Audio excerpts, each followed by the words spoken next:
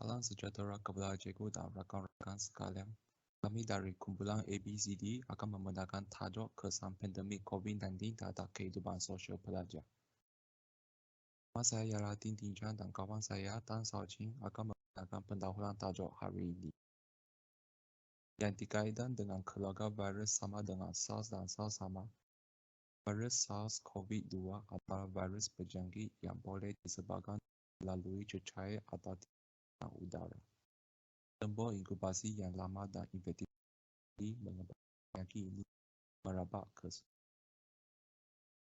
mengapa sehingga kini virus tersebut masih tidak dapat dihapuskan sepenuhnya, yaitu kerana kekurangan pengetahuan tentang virus ini dan mutasi yang cepat menyebabkan virus tidak dapat dihapuskan sepenuhnya. Selain itu, situasi yang tidak senang dan demi keselamatan rakyat menjadikan rakyat mula bekerja dan belajar dari rumah.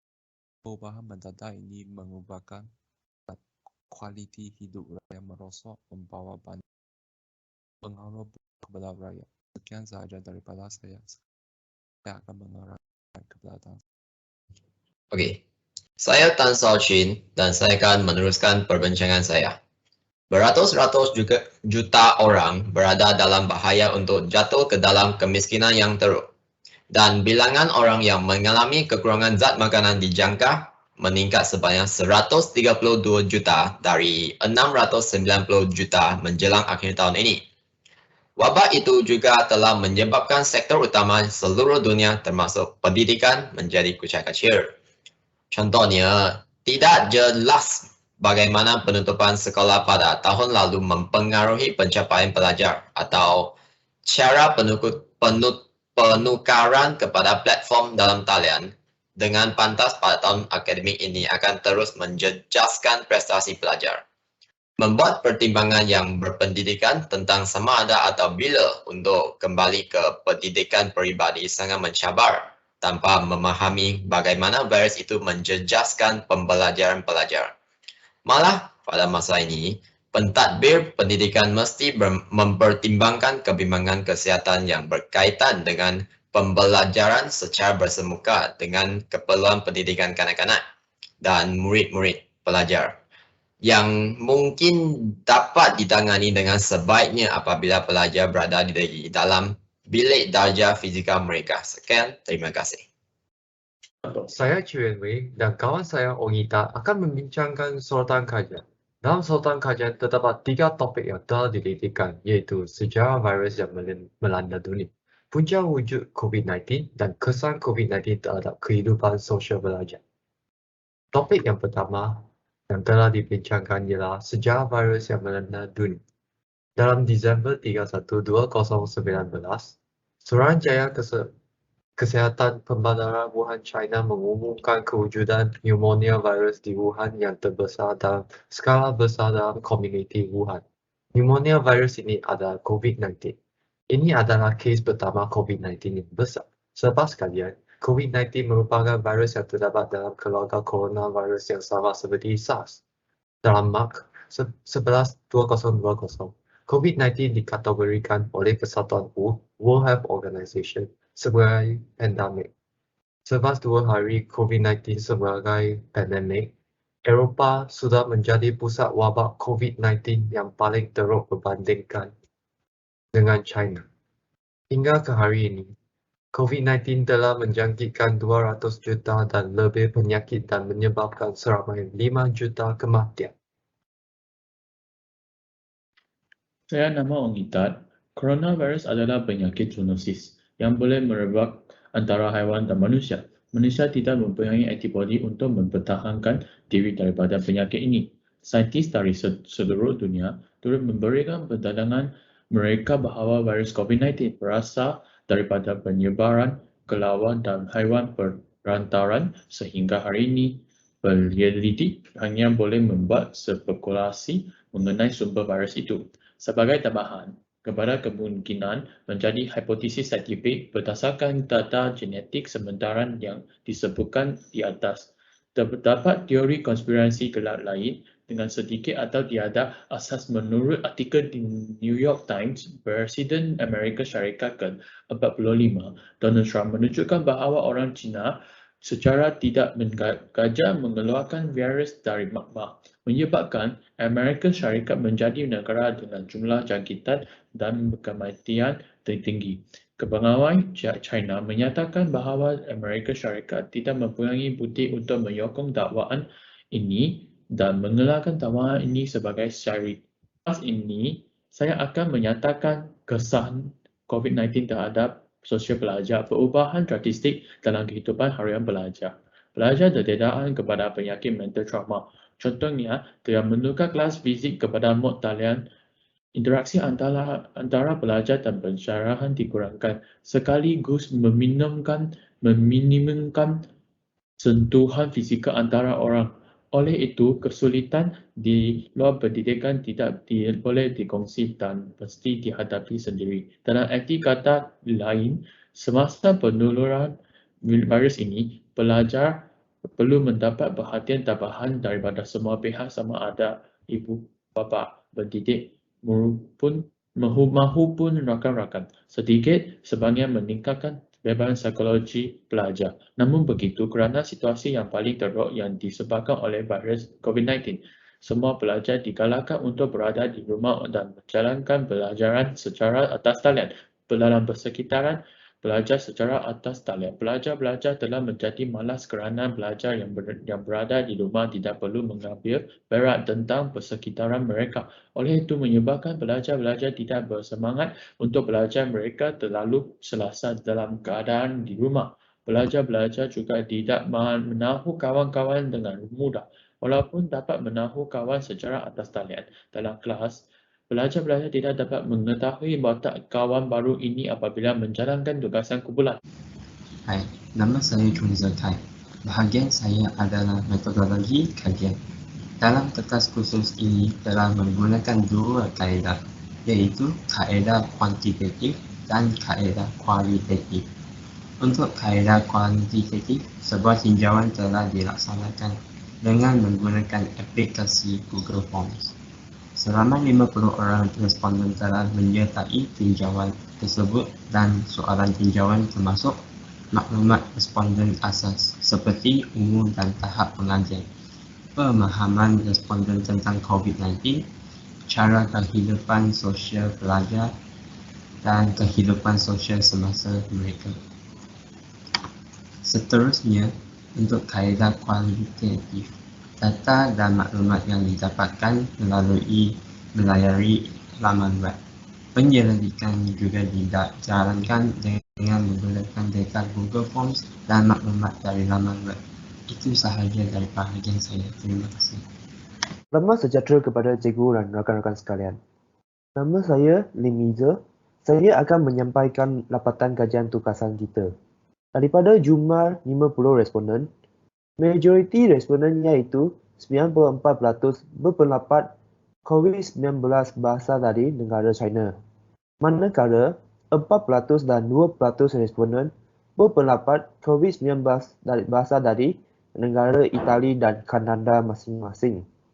Dengan ini, seramai 82% berpendapat kelawar dan 2% berpendapat ular merupakan sumber asal penyakit ini. Dalam masa yang sama, 16% responden tiada pendapat terhadap sumber asal penyakit ini.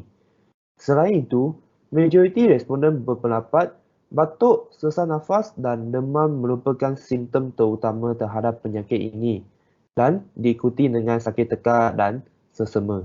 Ini sahaja daripada saya. Salam sejahtera. Nama saya ialah Gan Wei Shen. Sekarang saya ingin sambung membentangkan dapatan kajian.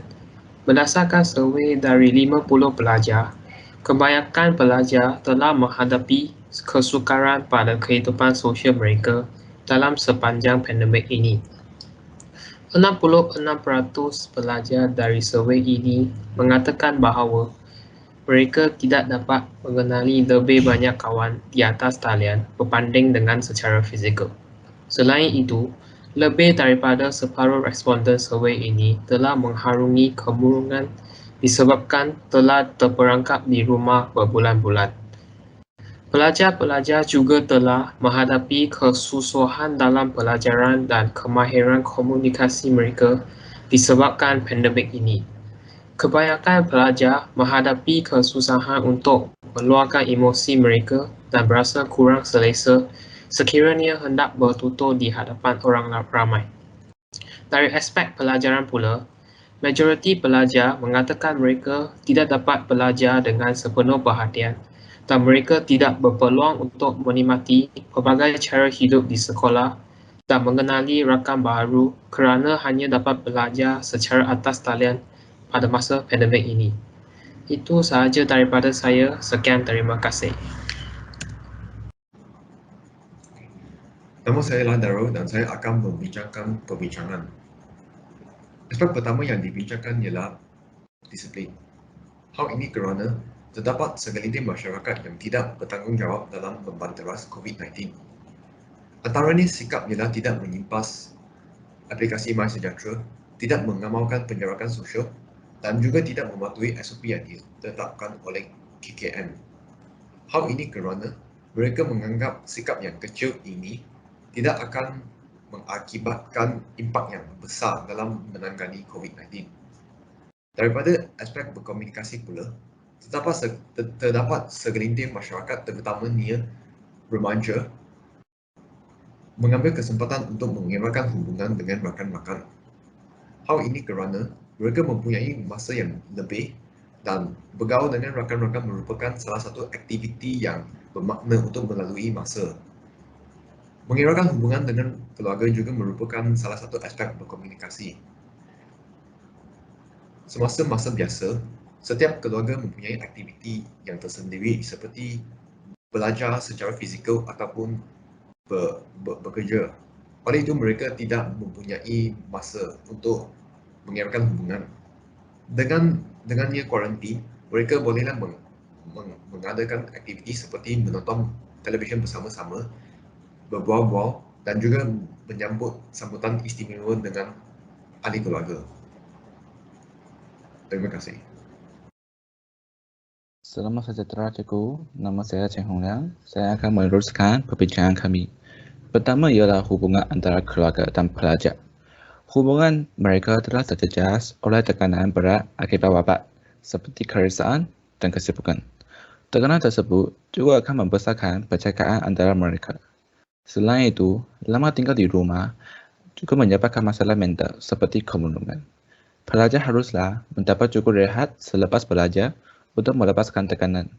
Tetapi dalam pandemik ini, pelajar tidak dapat keluar dan ini akan menyebabkan tekanan pelajar serta menghadapi kemunduran. Di samping itu, pelajar juga akan mendapat perasaan negatif terhadap pandemik ini. Namun begitu, kawan-kawan mereka yang mendapat kehidupan terancang di situasi pandemik ini akan memberikan motivasi pada pelajar tersebut. Walaupun dalam situasi pandemik ini, mereka masih mempunyai perasaan positif. Ini telah memberikan motivasi yang banyak pada pelajar untuk berubah dan keluar dari zon keselesaan mereka. Akhirnya, pandemik COVID-19 akan mempengaruhi rancangan masa depan pelajar. Banyak syarikat telah menambahkan keperniagaan mereka dan memecat pekerja mereka. Oleh itu, pelajar yang kurang pengalaman akan mendapat lebih kurang peluang pekerjaan. Syarikat juga menganggap bahawa pelajar yang baru menambahkan pendidikan mereka tidak akan menyelesaikan kerja dengan baik sebab lepas tinggal di rumah. Saya akan menyerahkan pemandangan kepada ahli kumpulan saya. Terima kasih.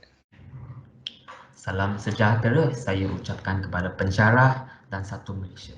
Nama saya Lim Min Wei dan hari ini saya akan membentangkan perbincangan. Sudah terang lagi bersuluh, pandemik COVID-19 menyebabkan rakyat tiada pilihan dan terpaksa bergaul di atas talian. Berdasarkan tinjauan yang telah kumpulan saya jalankan, majoriti responden lebih suka bergaul dengan rakan-rakan secara fizikal. Data tersebut tidak luar biasa kerana pergaulan secara fizikal lebih mesra dan benar. Komunikasi di atas talian akan mencetuskan salah faham apabila menyampaikan sesuatu informasi. Bukan saja begitu, kemahiran pelajar menyampaikan emosi atau informasi akan terjejas akibat kurangnya komunikasi secara bersemuka dengan rakan dan pensyarah. Walaupun majoriti responden berani untuk melepak di kawasan awam bersama rakan selepas suntikan vaksin COVID-19, 40% responden masih tidak sanggup untuk mengambil risiko keluar bersama rakan akibat takut dengan wabak COVID-19. Secara tidak langsungnya, pelajar tidak dapat menikmati kegembiraan semasa mengadakan aktiviti berinteraksi bersama rakan-rakan, dan hal ini akan menyebabkan hubungan silaturahim antara pelajar semakin jauh. Akhirnya, pelajar akan berasa kurang motivasi untuk menyertai dalam perbincangan kerja khusus kerana pelajar di rumah akan berasa malas. Bukan saja begitu, pelajar akan dipengaruh dengan suara keluarga dan menyebabkan hilang fokus dalam pembelajaran dan perbincangan kerja khusus. Walau bagaimanapun, pergaulan secara fizikal atau di atas talian mempunyai kelebihan yang tersendirinya dan kita haruslah menyesuaikan diri untuk mahir dalam pergaulan kedua-dua kaedah tersebut. Izinkan saya berhenti di sini. Sekian, terima kasih. Seterusnya, saya akan membentangkan kesimpulan. Melalui kajian sedikit kami, kategori pelajar merupakan kategori yang menerima pengaruh besar dari pandemik COVID-19 ini. Pandemik ini menyebabkan pelajar tidak dapat balik ke sekolah dan aktiviti sosial semakin kurang dan akhirnya menyebabkan masalah psikologi pelajar berlaku. Selain itu, pandemik ini juga menyebabkan pelbagai aktiviti sosial bagi pelajar sukar dijalankan. Kekurangan peralatan elektronik, yuran data yang mahal, masalah internet merupakan situasi yang dihadapi oleh sesetengah pelajar di Malaysia semasa pandemik COVID-19 dan juga mempengaruhi aktiviti harian pelajar. Ini menyebabkan pelajar menerima tekanan yang lebih untuk mencari langkah menyelesaikan masalah ini. Seterusnya, jika masalah ini masih kekal dan tidak dapat menyelesaikan akan mempengaruhi pendidikan pelajar. Oleh itu, kerajaan haruslah membuat pasal undang-undang untuk mengurangkan kes ini semakin berdampak dan juga bekerjasama dengan masyarakat. Akhirnya, kerjasama antara kerajaan dengan masyarakat mestilah dapat menyelesaikan masalah ini dalam masa yang berdasar dan juga dapat Malaysia ke arah yang kecemerlangan. Ini adalah bahagian dari grup kami. Sekian, terima kasih.